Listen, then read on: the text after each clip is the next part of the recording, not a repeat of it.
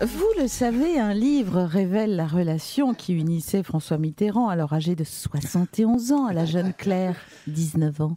Une aventure intime qui a produit une correspondance fournie. Voici une nouvelle lettre du président à sa jeune amie. Nous sommes en novembre 1988, il y a 33 ans.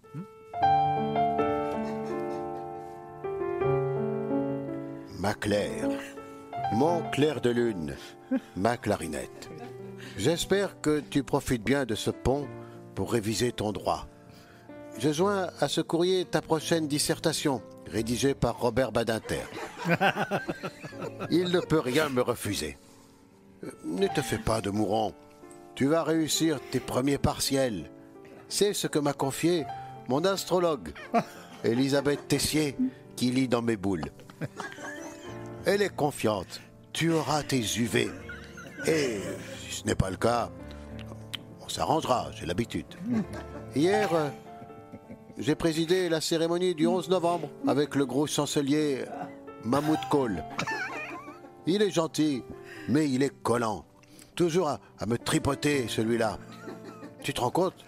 Il m'a même tenu par la main. À croire qu'il me prend pour sa fiancée. Consolider le couple franco-allemand, très bien. Mais de là à me proposer la botte, surtout pour un Allemand, et puis sentir les gros doigts de sa main moite, aussi boudinés que les saucisses dont il s'empiffre, ne fut pas une sinécure, je te prie de me croire. Fort heureusement, devant la tombe du soldat inconnu, j'ai songé à toi, ma clarinette. Tu as ravivé ma flamme. J'ai aussi pensé à nos moments plus intimes, lorsque j'ai honoré le dernier poilu. Non.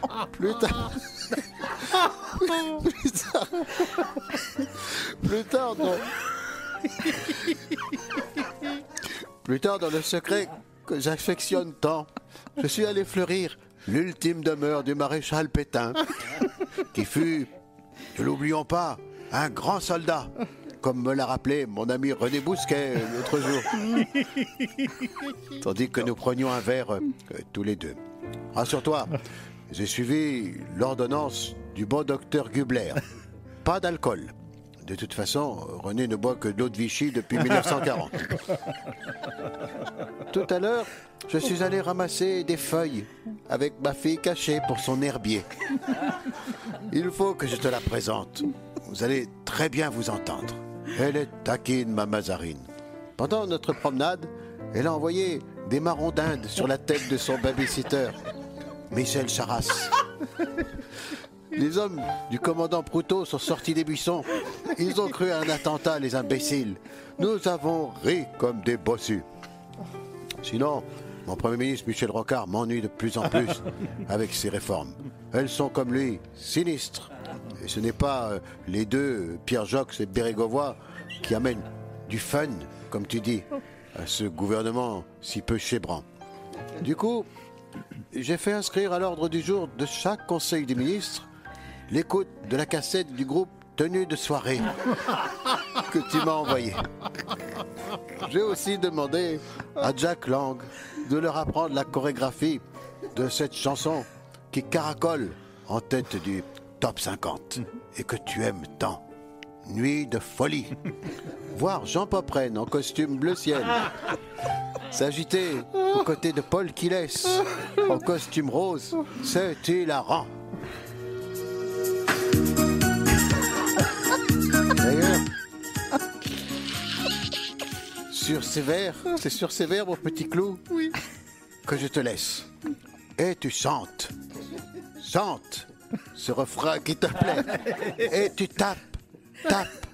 C'est ta façon d'aimer. Ce rythme qui t'entraîne jusqu'au bout de la nuit. Réveille en moi, ma clarinette, un vent de folie.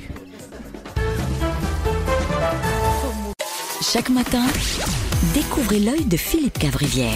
Hier, le Parisien a posé la question, l'ours est-il dangereux pour l'homme ? L'ours n'est pas dangereux pour l'homme, le Parisien le disait, car 98% des charges sont des charges d'intimidation. L'animal va s'arrêter à 1 mètre de vous et faire demi-tour. Bon, maintenant, quand vous avez une bête de 380 kg qui fonce sur vous, inévitablement, vous pensez aux 2% restants. Vous avez le petit doute qui s'immisce, vous dites, est-ce que l'ours a lu le Parisien ? Est-ce qu'il est au courant qu'il doit s'arrêter ? L'œil de Philippe Cavrivière revient demain juste avant 8h sur RTL.